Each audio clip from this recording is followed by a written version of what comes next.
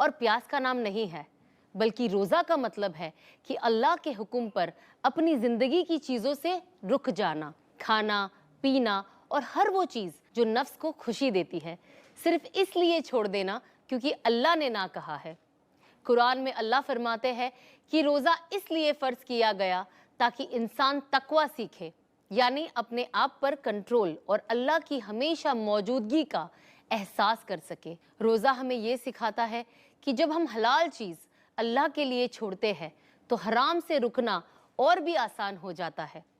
रोज़ा इंसान के अंदर सब्र पैदा करता है, शुक्र पैदा करता है और गुरूर को तोड़ता है, जो हमारा सबसे बड़ा दुश्मन है। भूख हमें याद दिलाती है उन लोगों की जो रोज़ भूखे सोते हैं, और यही एहसास दिल को नरम भी बनाता है, दूसरों के साथ भी दिल में कुर्बत पैदा करता है।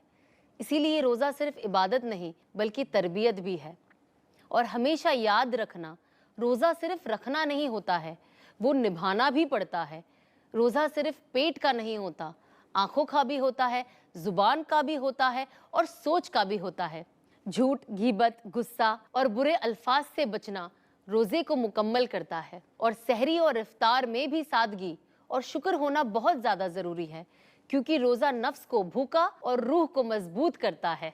अल्लाह कुरान में फरमाते हैं, ए ईमान वालो, तुम पर रोज़ा फ़र्ज़ किया गया जैसे तुमसे पहले लोगों पर फ़र्ज़ किया गया, ताकि तुम तकवा इख्तियार करो। रसूलुल्लाह सल्लल्लाहु अलैहि वसल्लम ने फरमाया कि रोज़ा सिर्फ अल्लाह के लिए है और अल्लाह ही उसका अज्र दे सकते हैं। इसका मतलब ये है कि रोज़ा एक ऐसी इबादत है जो सिर्फ अल्लाह और बंदे के दरमियान होती है।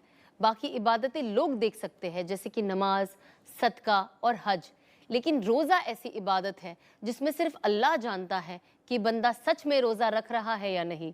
तो दुनिया भर के मेरी बहनों और भाइयों, इस रमज़ान में ये पैगाम